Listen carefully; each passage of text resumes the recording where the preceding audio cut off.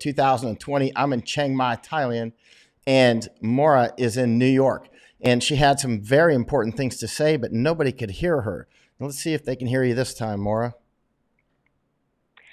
Hi, Michael, and hi to all your wonderful listeners. I hope you can hear me now. We'll know soon. It'll take a little while for people to check in and say hello. Let's just go with as if they do, and please start if they can. Okay. What you were saying was actually, let's give them a couple minutes to get in, and talking about a few things that are going on here in Thailand. And Mark Streppenbach says perfect. So, and when Mark and Richard says yes, good. So actually, let's let Maura take off here. Go ahead. What's going on in New York? Okay. Thank you, Michael, for having me on your show. It's the most important story in the world. We've been saying that since January, but now I believe people realize that it really is a matter of life and death now. And New York City, my hometown, is sadly the epicenter of coronavirus, a CCP virus, shall I say, cases in the United States. And the latest figures are very upsetting because, as the virologists and doctors warned 3 weeks ago, we're following the curve in Italy. And we have at least 100,000 known cases in New York State. The death toll has now surpassed 3,000. And in New York City, which is roughly the same population size as Bangkok, 8.5 million people, but much more density than Bangkok in people, concentrated more on the islands and in high rises and so forth. You can't really socially separate very effectively in a very dense urban environment like New York or Hong Kong or Tokyo, because everybody shares elevators and, the doorman and the food delivery is still going on. So the cases are now coming in New York about 1 death per minute. And I was just looking at some alarming footage from the New York Daily News, New York Post, of body bags wrapped up, lining the corridors of New York hospitals, looking just like what Italy looked like 3 weeks ago, and images that we're getting out of Wuhan in January. Now we're seeing this in New York. But unlike communist China, in Italy and in the United States, we have open societies, we have a free flow of information, we have a free press, we have democracies, maybe bruised and battered, but they exist. We have a constitution. In China, there are none of those things. And as quickly as the coronavirus spreads, the CCP virus, it's poison, and it's catastrophic effect on the global economy and on world health. I am also seeing an abrupt change in the mainstream media narrative about our good friends, the communist Chinese. Now, not on every station. Of course, MSNBC's loathsome Rachel Maddow is to this day still promoting all this pro-China narrative and beating up on the U.S. and saying they can't do anything right. And the USS Comfort, the naval hospital ship, would never arrive in New York. Well, it arrived on Monday. It came into New York Harbor on Monday. And my brother John was a merchant marine on that ship 30 years ago, and it was the Rose City. And it gave hope to the people of New York. And Governor Cuomo is setting up tent cities in Central Park for COVID cases. And but where I'm seeing, like, the Financial Times and the Wall Street Journal, not the New York Times, because they're so pro-China, because they take color page ads every week from China Daily, the propaganda wing of the CCP. But I'm seeing, especially in the financial news, anger towards China for lying, for covering this up. American intelligence now has strong evidence to convict China for crimes against humanity, for lying and for covering up the severity of the CCP virus. And private citizens have also filed lawsuits against the CCP to hold them accountable. It's happening in Europe as well.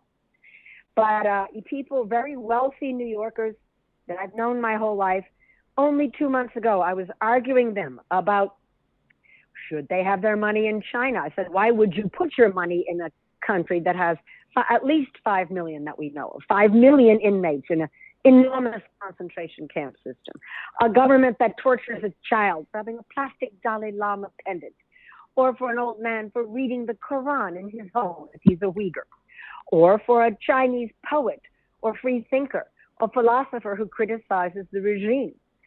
Even wealthy princelings are not safe from the murderous reign of Papa Xi Jinping. In fact, Comrade Wen was disappeared last month for openly criticizing Xi Jinping. He's said to be in a black site in Beijing being tortured. And a lot of my intel from Asia, and let's talk more about Indian intelligence and Indian news, it's always ahead of the game on news from China, way, way more than the West. Do they know who the Chicons are? They've had to fight the Chicons in the 62 war that gives shelter to the Dalai Lama, so they don't have any illusions, no rose-colored glasses in India. Thank merciful God. But the disappearance of Comrade Ren, who was also a princeling like Xi Jinping, has caused a lot of anger within the ranks of the CCP. And my friends in Indian intelligence published reports and told me privately, it's very telling that Chinese intelligence allowed this information to get out to the Indians. There was a high-level secret meeting in Beijing last week of a group of princelings about how to get rid of Xi Jinping, how to remove him, how to take control of this catastrophe that Communist China has leashed upon the world. So that means there is not harmony and there's not concord inside China. But the New York Times will tell you there is. And so I urge all your viewers, as I did last time, to watch for Chinese Communist talking points in American media. Mostly it's coming from Washington Post, New York Times, MSNBC, particularly Rachel Maddow. So watch, take notes, and write letters. Express your displeasure. Ask them which side are they on. Are they on the side of the American people or the side of the CCP? And they better pick soon. Right, Michael? Absolutely. On picking sides on this, I mean, not picking sides is picking sides, as you well know. You and I have been, look at you, you were arrested in 1994 demonstrating in front of the Chinese embassy in Washington, right? On Tibet issues, of which you're an expert. And by the way, Maura speaks Tibetan. And, well, that's an interesting story in and of itself. But you are way ahead of the ball game on this and have been on it just like a Wolverine for how many years? Since 1973, when I was a high school student in India, and I met Tibetan refugees, and I learned of the Chinese communist occupation of their homeland and the genocide of at least 1.2 million Tibetans out of a population of 6 million, possibly 2 million, maybe more. And the Chinese armies, when they came to Tibet, looted and burnt to the ground over 6,000 Buddhist monasteries, the repository of a great Buddhist civilization for 1,000 years. For 1,000 years. And a lot of the gold of the statues was melted down into bullion. Precious Buddhist scriptures were used as toilet paper.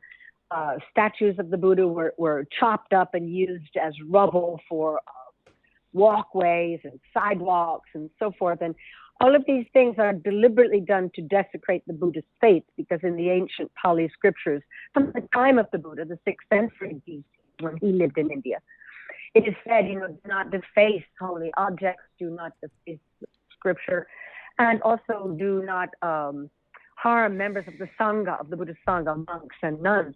Another thing the Chinese communists were very fond of doing, and are still fond of doing when they come into it, they're doing it now too, is forcing monks to break the vow of celibacy and copulate publicly, a monk and a nun in front of troops of jeering PLA soldiers, and then they would shoot them to death. These are our good friends, the CCP, that Wall Street, that the Bushes, the Clintons, Obamas, Bloomberg, Schwartzman have all assured us are so sophisticated. They can do everything better than we can in our messy democracy here in America. Well, I think the wheels are coming off this story pretty fast. Wouldn't you agree, Michael? Absolutely. I mean, we can see now that the CCP has poisoned the world and hit it. And whether or not they weaponized this from the very beginning, whether or not this really came from the lab is unknown to me. But what is actually quite clear is that they have now weaponized it. If it wasn't intended as a weapon, they're definitely using it as a weapon now. And you were mentioning some things before about Taiwan and Philippines and Japan. Why don't you mention those again? This was when people could not hear what you were saying. Oh, sure.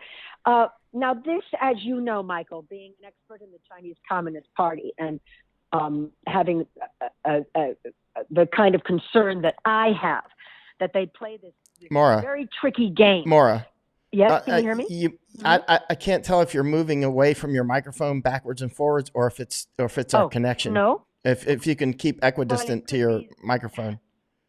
Okay. Sorry about that. Sorry about that. Right? No, that's okay. Please let me know technical difficulties. We want your viewers to hear everything. Right. Now, it's typical of the CCP. It is the Chi-Com playbook that when there is some kind of crisis domestically, start a war, strike a foreign country, start a military skirmish to whip up nationalism at home, to flood the airwaves and the newspaper headlines inside China with, evil Uncle Sam is trying to attack China. All citizens must rise and push back against the devil America. They did this during Tiananmen Square. And there are lots of very poignant stories of soldiers who were taken from distant parts of China and bussed into Beijing in June of 1989 to shoot their fellow Chinese citizens because they were told America had invaded Beijing and they need to protect China from the invading Western army.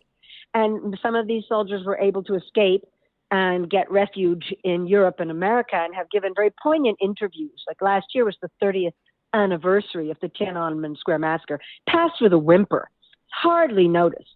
But I did read some of these poignant interviews with the soldiers saying, we were duped by our government. We were made to shoot and kill our fellow Chinese brothers and sisters. I feel shame and disgust for what I did. I will never be able to make it right. But what I want to do is alert the world to the criminal, evil nature of the Chinese Communist Party. Now, if they're saying that, shouldn't we listen to them? So what's happening now? The Red Star Rising listserv that you and I are both on, and my friends in Indian intelligence, I was on the phone with them last night and the night before, say there's some alarming signs that the PLA, the People's Liberation Army of the Chinese Communist Party, is getting ready for some kind of military strike. They just sank a fishing boat out in Vietnam. They have been very aggressive promoting skirmishes in the Philippines, around Japan, and they're still building those islands in the South China Sea that they claim to be Chinese territory. And my friends in Indian Intel, of course, always know if they're going to strike from Tibet. Because for centuries, India had an uncontested border with Tibet. It's one of the longest borders in Asia. And for centuries, it was monks, traders, nomads coming down to trade and going back and forth from India to Tibet. But since 1959, since the flight of the Dalai Lama to India, you got PLA battalions all along that 2,000 kilometer plus border. And they have the high ground. Genghis Khan said, he who controls Tibet controls the world. And when you go to Tibet, you can see that is true. You're on the high ground looking down at planet Earth.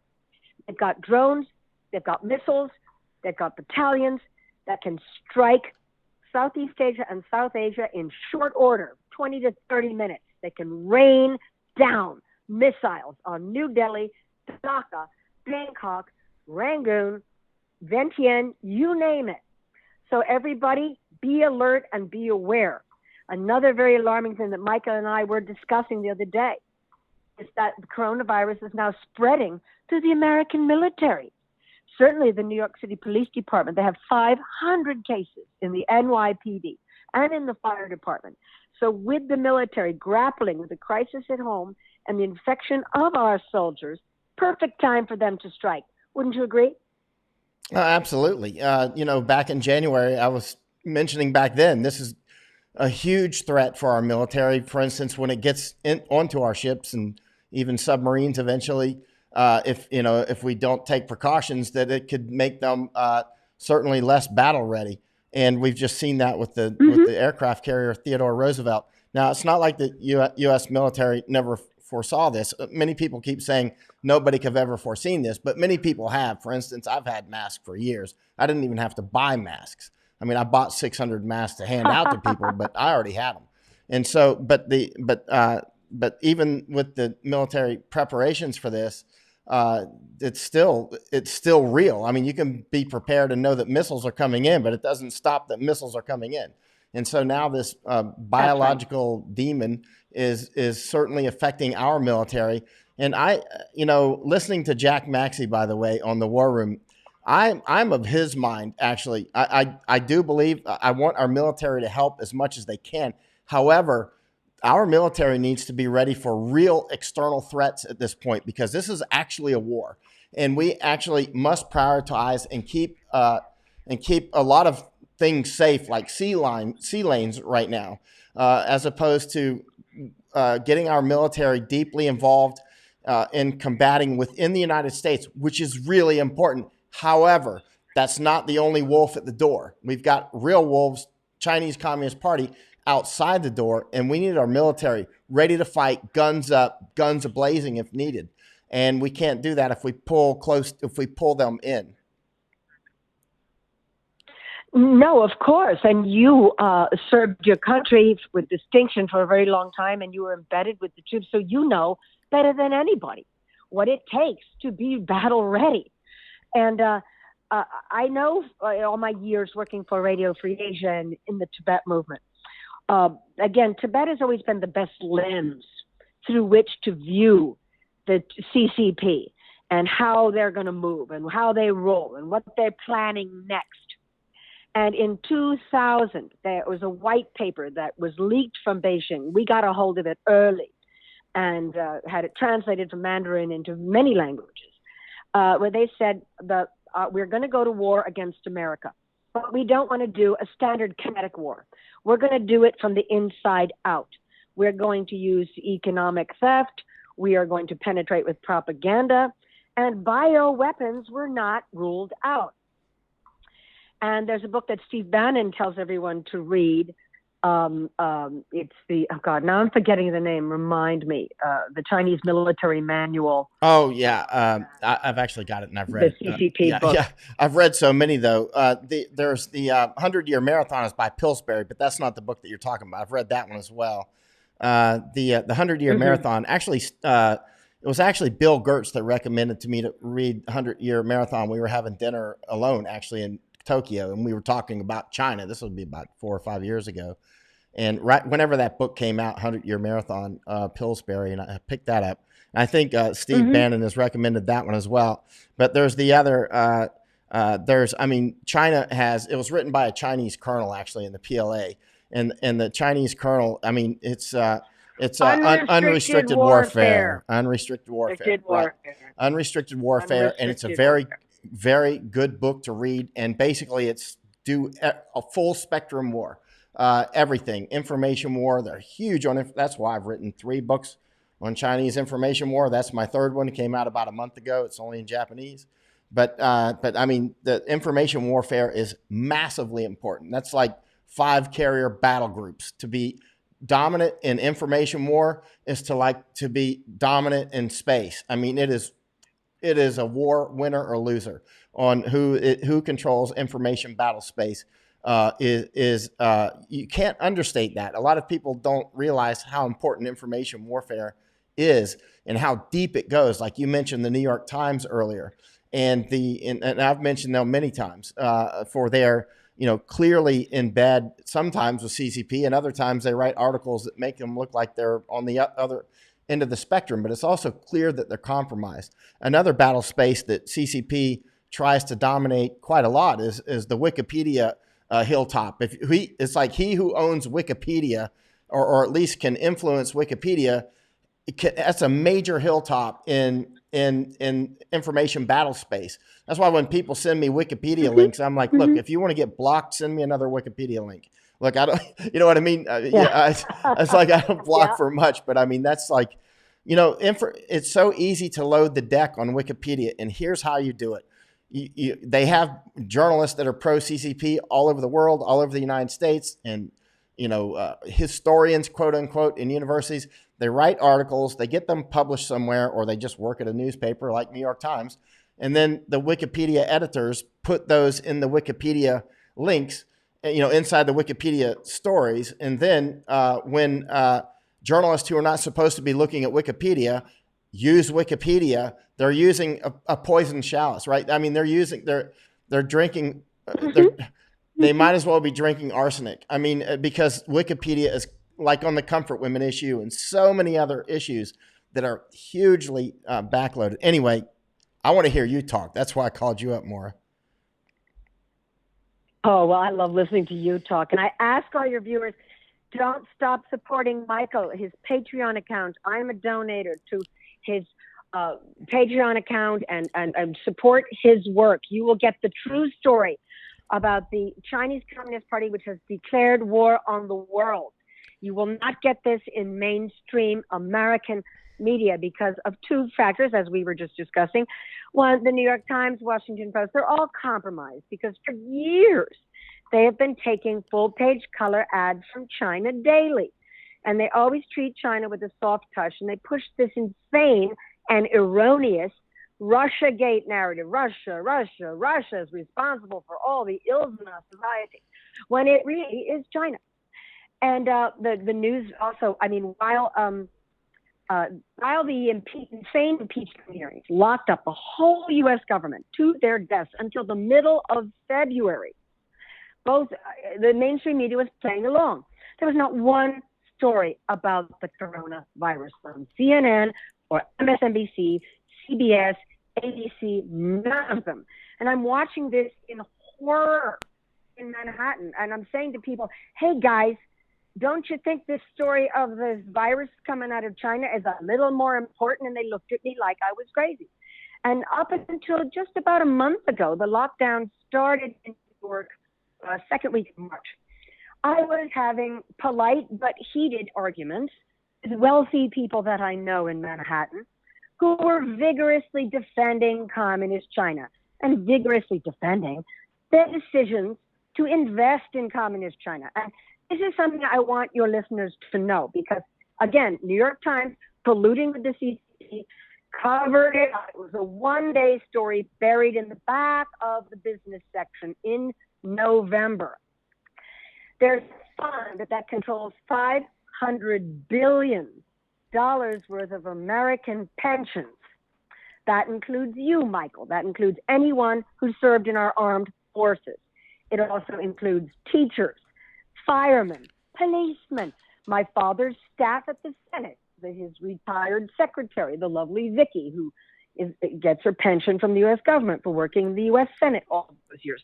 Well, a bunch of gangsters on Wall Street was trying to invest this $500 billion, I mean, the amount is staggering, into Hike Vision. Hike Vision is a PLA military stock. Its main order of business is surveillance cameras, and they've tested them in the concentration camp system in Tibet and Xinjiang. In distant parts of Western China where there are no diplomats, there are no journalists, there is no press, nothing. And they can get away with murder. And they have for the last 60 years. And, I asked people going around New York, do you know about this? And they just kind of roll their eyes. There she goes again. There's Maura on another one of her rants about China. Well, she's got to grow up and get a life one of these days. Well, they're not saying that now. My phone has been ringing off the hook with people in terror because their stock options, their stocks have disappeared, and now they're frightened of getting the coronavirus and dying. So I'd like to remind all your viewers that this sellout to communist China didn't happen overnight. No, it did not. You can't get your medications. It happened over time, exactly. And it was bipartisan. The Bushes, Clintons, Obamas, Bloomberg, Schwartzman, they're all guilty. The people who stood up, so few cared for so long, so few cared. My father, Jesse Helms, Congressman Gilman. Now we have Senator Rubio. We have Senator Hawley. We've got Senator Scott from your home state of Florida, Michael, standing up and pushing back. But I don't see any Democrats. They're all Republicans. Where the hell are the Democrats on this? I guess they all drank the Clinton Pelosi Kool-Aid, right, Michael? Oh, yeah. This is, for instance, most of our pharmaceuticals are made in either India or China. And India has recently cut us off, not for any malice, but because they need them, because the infection is running rampant through India right now. And so India needs it for India. And so a huge amount of American pharmaceuticals, 80 to 85% from what I've read of U.S. pharmaceuticals or their active pharmaceutical ingredients come from China. And so China can cut those off right now. So everybody that's going in for surgery that needs something that's made in China, like penicillin, by the way, there's no penicillin made in the United States. I don't actually know where it's all made, but there's no penicillin made in the United States. Any drugs that you need. That's why I've been saying since January, if you need any pharmaceuticals to live, get them now. I've been saying that since January and all through February and right. all through March. You did. Right. Mm-hmm. And so now it's a little too late. If you don't have, it's not necessarily too late, but for a lot of people, it's too late. And so if you can get pharmaceuticals that you need to keep you alive, longer, prescriptions, now's the time to do it. Because at any second, China can cut those off. Well, yes, who wrote the book China RX, which I urge all of your listeners to try to get your hands on. It's apparently sold out on Amazon now. You can get it on ebook. I got it on ebook. You can get it on ebook. Oh, good. Yeah. Oh, good. Okay. I have a hard copy sitting right here on my desk. I'm looking at it. But in any case, Rosemary researched this book for several years. It came out in 2018, and nobody paid attention. Unsurprisingly, I know we presented evidence of torture and genocide coming out of China's concentration camp systems. Nobody cared. Nobody paid attention. And she is now being listened to. And in her book, you will find a lot of very alarming, very well researched, very well written. The last penicillin factory in America was in my home state of New York, Syracuse, New York, where my younger brother was born many years ago. And it was closed. Your brother, John? My brother, John, who was a merchant marine on the ship that is now the USS Comfort that just docked in New York City. He was born in Syracuse in 1960. Well, that was the last penicillin factory. Upstate New York used to have some of the best scientific research and development in the world. It had Polaroid, Kodak, Corning, IBM. That was all in New York State. Well, thanks to the Clintons and the Bushes, all of this went to Chiang, and Rochester, Buffalo, Syracuse, Albany, our great upstate cities, are now broken shells of what they used to be. And you visit them. I mean, last year I was in Syracuse and I burst into tears. Broken down, empty storefronts, people addicted to fentanyl, which comes from China, lying in the street in the middle of the day, no jobs, no dignity, no income, no stability in our society because of the sellout by the global elites to communist China. Now, once we get through this pandemic, which we have to do, the next order of business is to rout out the collaborators and the appeasers in the West who allowed this to happen, who up until very recently were praising communist China. I've been keeping score. I've been keeping screenshots. I've been keeping a timeline of just how many times NBC, ABC, CBS, and the New York Times have been praising communist China for how terrific they've been on the coronavirus. And they got it all together. And wow, they can do everything better than our messy, awful democracy and our insane, crazy president. I mean, their hatred of Trump is just unpatriotic and seditious at a time like this. For example, 2 days ago, Trump gave a press conference and CNN deliberately cut away every time the president stayed at the podium and only went back, it was Dr. Fauci or Dr. Blix. And one very interesting exchange was between President Trump and some reporter from CNN who has to play gotcha and has to be snarky and wants to get points by, tripping the president. They say the president is dumb and he's evil and he's crazy. I mean, would they like to go live in China? Would they? I'd like to put them on a boat to China right now.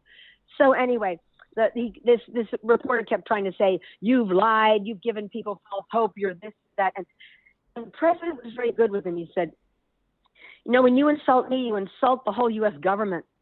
I'm the head of the U.S. government. I have a wonderful team. He pointed the people from FEMA, from the military, from the doctor, the medical staff, doctors. He said, every time you insult me, you're insulting them too. And the reporter got rather shaken, I could see. But, they again, the coverage is smug and nasty. And what I find absolutely infuriating is intelligent people with expensive educations that I know in New York. They're sitting around calling it the Trump pandemic. And I go, excuse me, this came from China. The president's doing his best, whether you voted for him or not, isn't important right now. He's our commander-in-chief, and he's trying his best. And by just spending all day spewing hate for the U.S. government, you look foolish. You are foolish.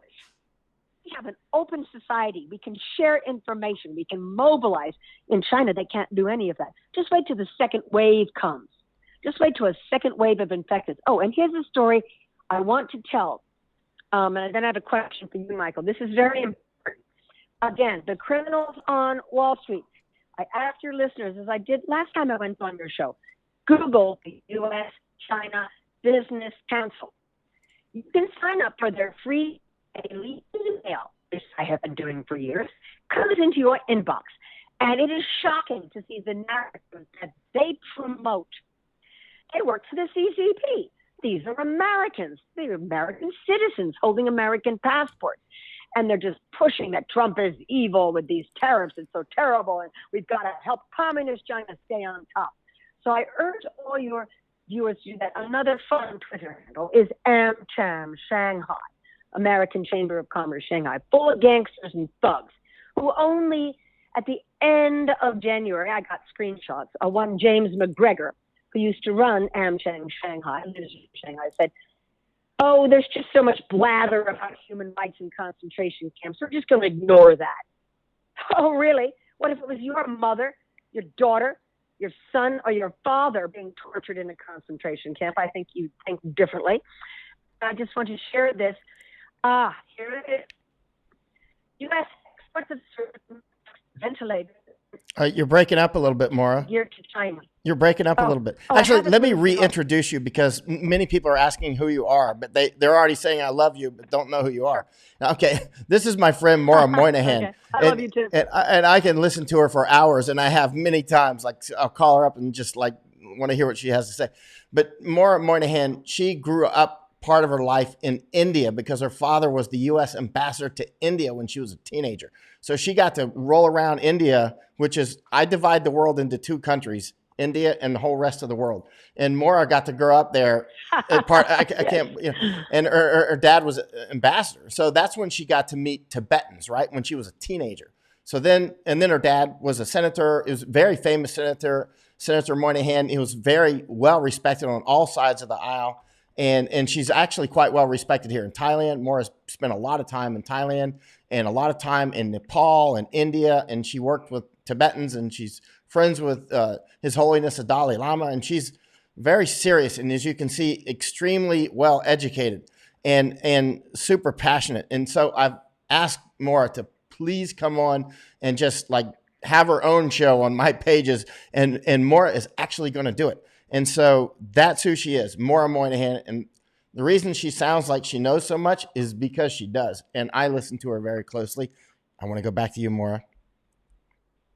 Oh, thank you, Michael. And also, I want to tell all of you to support Michael's Patreon account. Oh, thank you, Maura. Simply nobody in Asia. It's true. He works so incredibly hard. And you won't get better information from anywhere in Asia than from Michael because he knows the ground. He's on the ground. Right now, with all the travel restrictions, we can't go to Asia, but you can listen to Michael and you'll get the truth. And right now, that's what we need.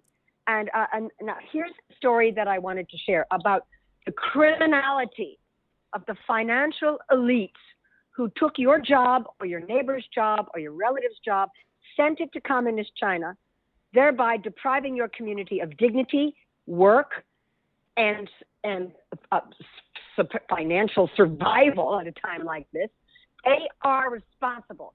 Here is a story that I find absolutely alarming. It's in USA Today. I don't think the Times has published it because they work for that gang.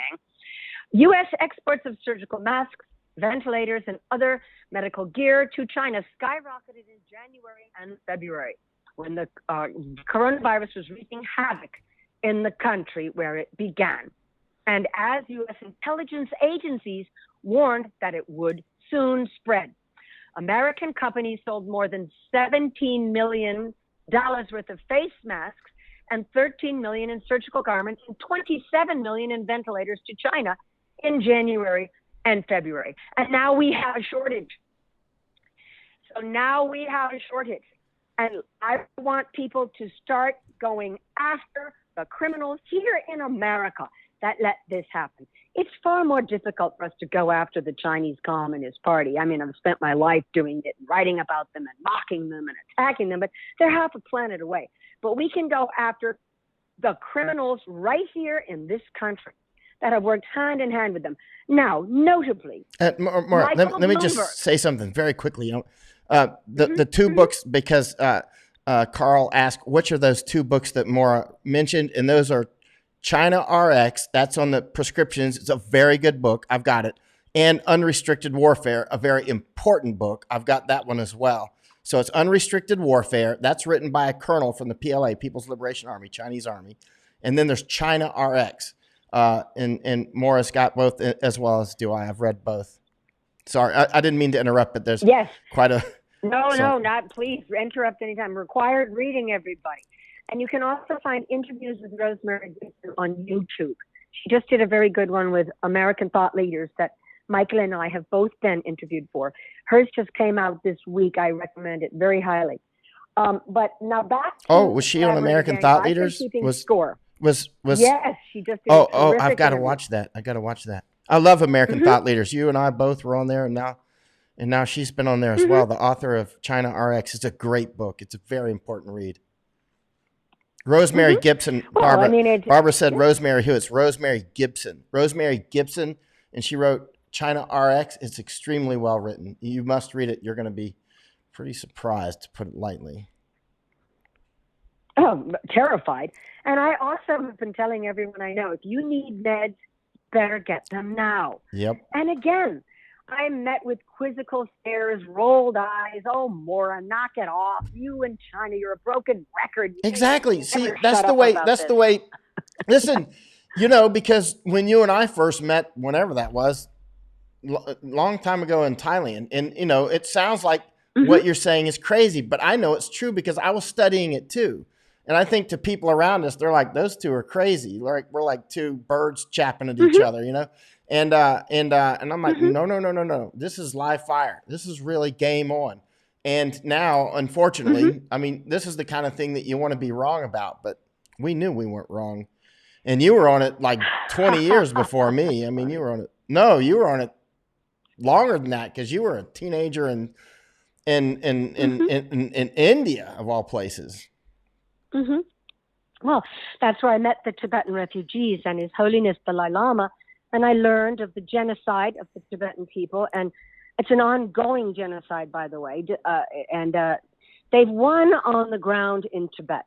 And so what I've always told people is one thing I learned all my years in the Tibet movement is don't think the CCP can't win and don't think they won't play dirty.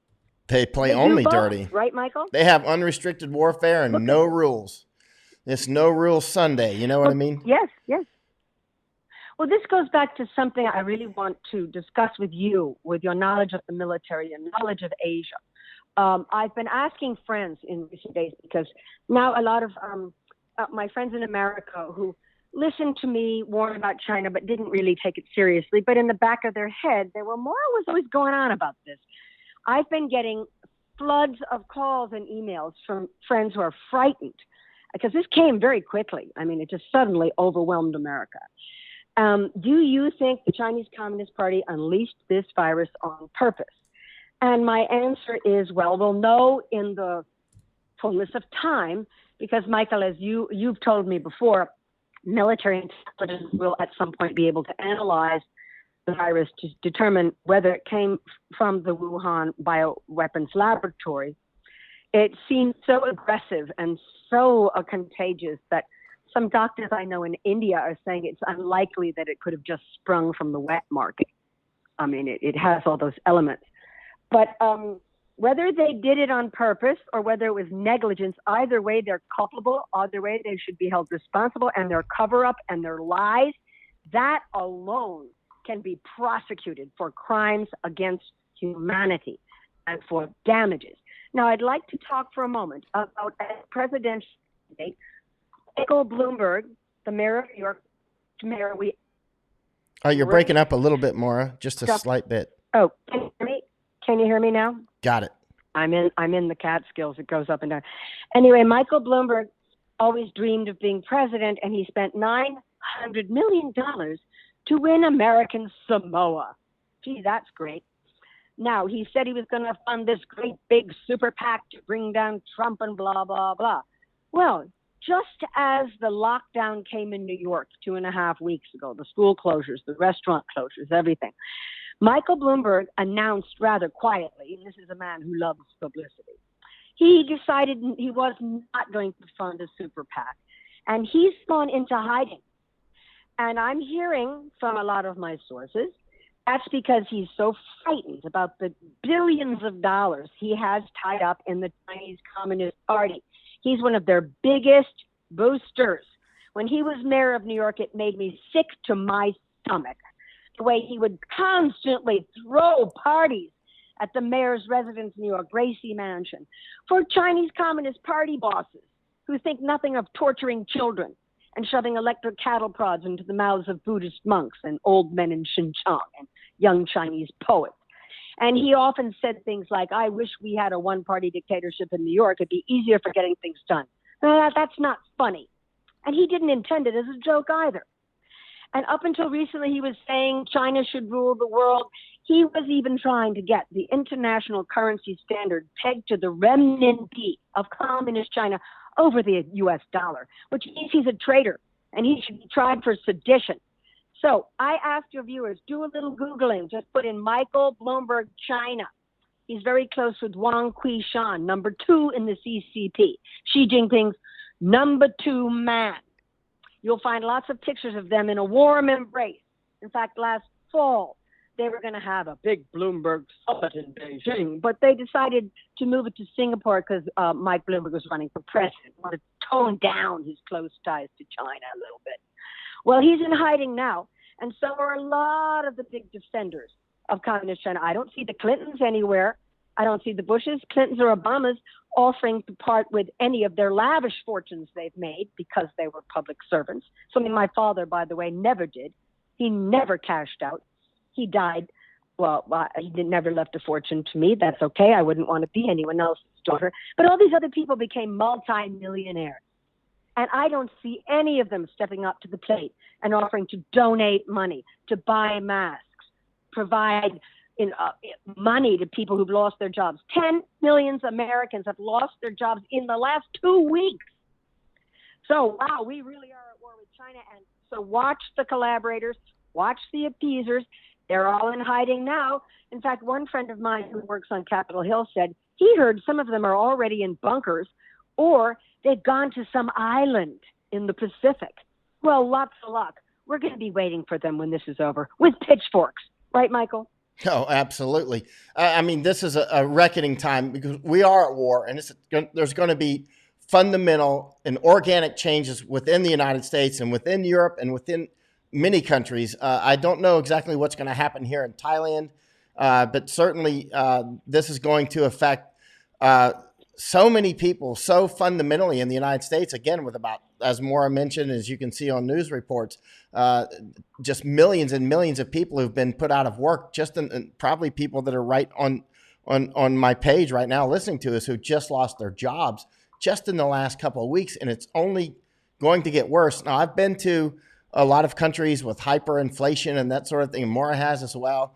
And, as I was saying a couple nights ago, if you've got like a penny bank, now's the time to count out all your coins and go cash those in and buy something with it, because probably coins won't be won't have any value soon. I've seen this happen in other countries. I'm not saying that to scare people. I'm saying that to say this is the new reality we live in, and we've drifted into this reality because businesses, not just politicians, but the businesses and politicians for years, in cahoots with journalists and whatnot, have drifted over into the CCP camp. We've put huge amount. Apple. I'm using Apple iPhone right here on a computer from Apple.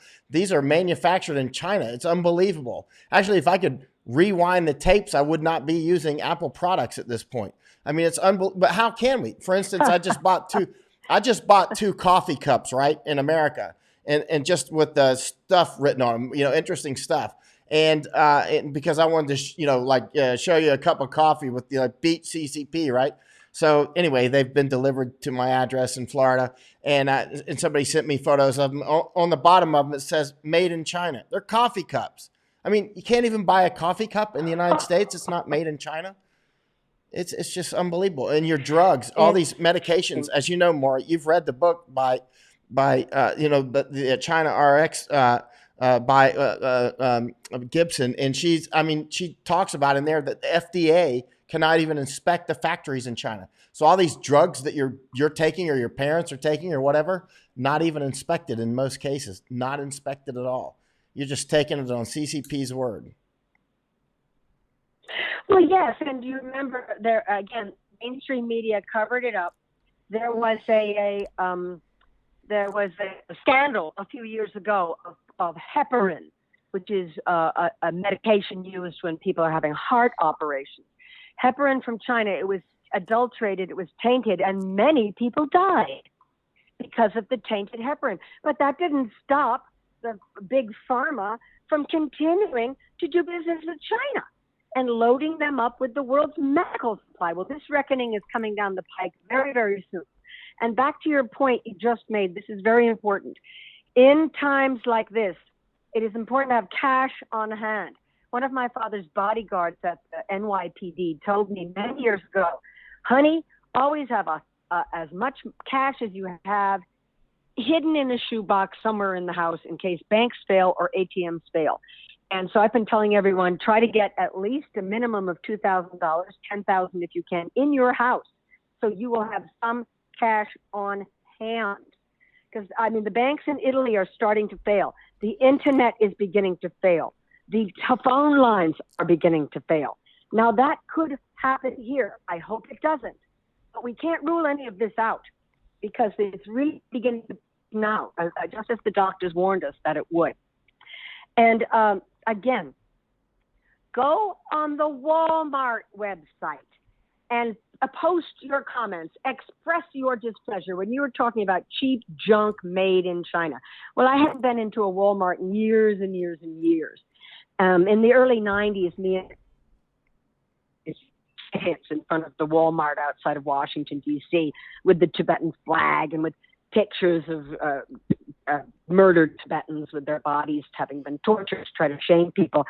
And, I don't think it really had much of an effect. But the reason we did all these things is just so there was a record that somebody did something, that not everybody was a sheep and not everyone lay down and looked the other way.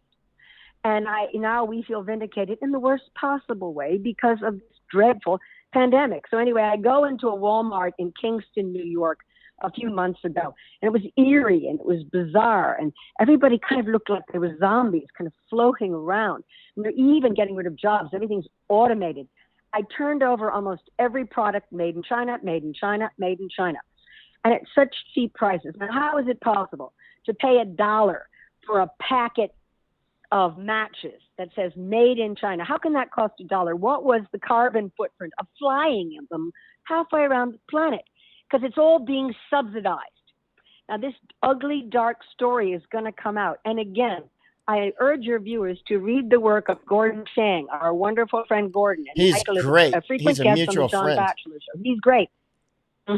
He wrote the book, The Coming Collapse of China, years ago. That's how we met. I hunted him down. I said, I'm your fan. And Michael's a frequent guest on the John Batchelor Show, an excellent show. And Gordon's being proven right. And He is. Gordon is out there every day trying to I'm warn retweeting him people. all the time. I'm retweeting Gordon and you like 3 times, 5 times a day, or whenever I see it. Good. Now, I want to just alert your viewers to another course of action while you're in quarantine. Use your time effectively. And there aren't that many organizations in America that protest and call out the Chinese Communist Party. I think I described when I was on your show last week just how impossible it is for a Tibet person, which I am, which I've been branded as, next to impossible for us to get work. We've been blackballed, ignored. All the top humanitarian and human rights organizations in New York City have told me again and again, we can't work with you, Miss Moynihan. You're a Tibet person, and our board members have interests in China. And you can get all the money you want to beat up on penniless little countries in Africa that have no GDP and no stake in the global power game. But you can't get a penny to pick on China. So my friend Ben Rogers, who's based in the UK, who's a brilliant, wonderful crusader. Michael, I can't wait to introduce you to one day you're of the same mind. He is a leader at the wonderful international human rights organization, Christian Solidarity Worldwide, CSW. Just Google them. They do work all over Asia. He also runs Hong Kong Watch. And Ben and I were together when I went to England in November, and I interviewed Honorable Chris Patten, the last English governor of Hong Kong. And Hong Kong Watch has an office in Washington, D.C. They don't have a lot of support. They don't have a lot of numbers. But you can Google them. You can write to them. You can ask, what actions can we take? What petitions can we sign? What can we do to hold the Chinese Communist Party accountable for destroying our economy, killing our citizens, and in their attempt to take over the world? And I was emailing with Ben last night. I told him that I was going on Michael's show. And he brought to my attention another important story. There are some brave Catholic cardinals in Asia who are standing up to the CCP at great personal risk. In particular, Cardinal Bo of Burma, a country which borders Thailand, of course, that Michael knows very well. Cardinal Charles Bo is the Archbishop of Yangon, and he has braved China should be held accountable for the spread. Here, I'm quoting him now. As we survey the damage done to lives around the world, we must ask who is responsible. And there is one government that has primary responsibility, what has been done and what was failed to be done, and that's the CCP regime in Beijing. Let me be clear. The CCP, not the people of China, that must be held responsible. He's right. You're breaking up a little bit, Maura. Oh, hi. He's right. Well, so anyway, and Mike, I'm afraid I'm going to have to jump because No, you I'm can't getting leave a lot yet. of messages. You can't leave yet. Oh, Everybody, well, I want to hear more. messages for I my always son. hate hanging up the phone with you. So, all right. Oh, well, let me stay on for 10 more minutes. I'll tell you why I have to go. I will come on. My little niece, my beautiful, sweet 23-year-old niece, Zora Moynihan, is in Los Angeles. She has just contracted the CCP virus. She's frightened, and she needs a mask. Your niece So has, I has have it. to go to the. Yep. How old my did you niece has say it. she is? So she's 23. So 20 please don't 23. think it only gets old people. It doesn't. So I have to go mail her a mask because I have extras because I stocked up. But again, I urge all your listeners, use your time productively. Take, if you're quarantined, you're at home, take some time to go on the CWS website, Hong Kong Watch website, show your support. Write to MSNBC, write to Walmart, write to the New York Times, and ask them why they're colluding with the Chinese Communist Party, which has infected and poisoned the world. And Americans are now dying by the minute in New York City because of them. My rage is now exploding, and I want revenge. Maura. Don't you? Yeah. Yeah. And one place to get good information on that is, can you say your Twitter which is what I follow, and you have a new website. Can you say that? People are asking. I don't actually follow your Facebook. I follow your Twitter. That's what I watch. I look at your Oh, Twitter every sure. day. Yes. My Twitter is more explosive than Facebook because I have friends on Facebook who have all drunk the CCP Kool-Aid and the Clinton Kool-Aid, and they don't want to hear it, and they attack me, and so I've been actually spending quite a bit of time unfriending people and blocking people in the last 3 weeks. But on Twitter, I have all these wonderful friends in Asia and Chinese friends who are supporting me. But my new website is www.Maura Moynihan 1957. That's all one line. That's MauraMoynihan 1957.com. You'll find a lot of my archived work over many, many years about the Chinese Communist occupation of Tibet.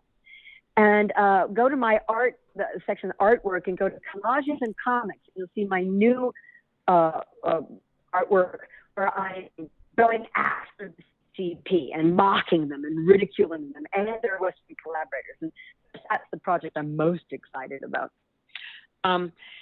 But Michael, I'm getting a lot of urgent phone calls from my son, and I've Okay. I'm afraid it's an emergency. Let me call you back if I can get back on the line, okay? Definitely. All right, Maura. I'm going to say your website again on my microphone where it's better. It's Maura Moynihan at 1957.com. Maura Moynihan at 1957.com. And Maura's gone. So, as you can see, that's why I like to get Maura on because so usually it's just we're just chatting offline and we never go online at all. But she's quite brilliant, actually, and that's just the patina there of what she's actually. She's been around the world quite a lot, and yes, Tommy, she is more than a tigress. She's a straight up warrior and has been for years, and taken very serious chances in India and other places because CCP hates her so much. All right, now if there are any specific questions, I'm going to take them there now, and take them now. And by the way, and Jeff, I see I have to mail her a mask, but it is what she said, isn't it? And so if you have any specific questions for Maura, you might want to look at her Twitter. I follow her Twitter, but I don't know what her Twitter is. You know what I mean? Because it comes into my feeds here. And good Lord, I don't even though I look at her Twitter every day, I don't even know what it is. That's terrible. But you know how though it just automatically comes in. But you can find her on Twitter, Maura Moynihan, or if you have any questions for her, maybe go to her website, Maura Moynihan 1957.com. 1957 Maura Moynihan 1957.com. Her stream is over, but that's it. Thanks, Georgina Madigan Stoner. And let's see if we can take any questions here. If not, I'm going to go ahead and jump myself and study some more. I want to read up more about what's going on here. There are, let's see. What is her Twitter handle? Lisa is asking. Good Lord, I don't even know. Oh, there. Even though I look at her Twitter every day, I don't know what her Twitter is because it comes in. I get those auto feeds. Let's see. Let me see if I've got any from her here. But she's been online with me for a while. So, here she is. Here is one of her. It is at Maura Moynihan. I'm trying to see it here. I can't show you this because it's got a lot of private messages from her, and I don't know if it's okay to show them. But anyway, I think it's at Maura Moynihan 1 is her Twitter. At Maura Moynihan 1, number 1, not written 1, but number 1. She is awesome. She's quite well respected in many circles, and the sort of people that you see on television all the time are her running mates. A lot of them don't like her now because she's like me. I mean, we are just like, we are super hawks on CCP compared to, we were considered radicals, until 2 months ago. Now we're not considered radicals, especially as of a couple of weeks ago. Now we're probably considered, velvet touch. But but we have been considered radicals for years on China, and that's why I've written 3 books on Chinese information war. That's my 3rd book. Just came out in Japan. If you speak Japanese, please buy it. That's on Amazon.jp. It's Amazon Japan, and you can buy it and on on ebook or on paperback. Yeah. So, all right, let me go ahead and there it is. There's Maura Moynihan. Thank you, Kelly Jansen, for finding it. And I'm gonna go ahead. No, I wasn't using bleach on my. It's just that's the way it comes. All right, so I'm gonna go ahead and punch out now. A lot of studying to do. Mike out.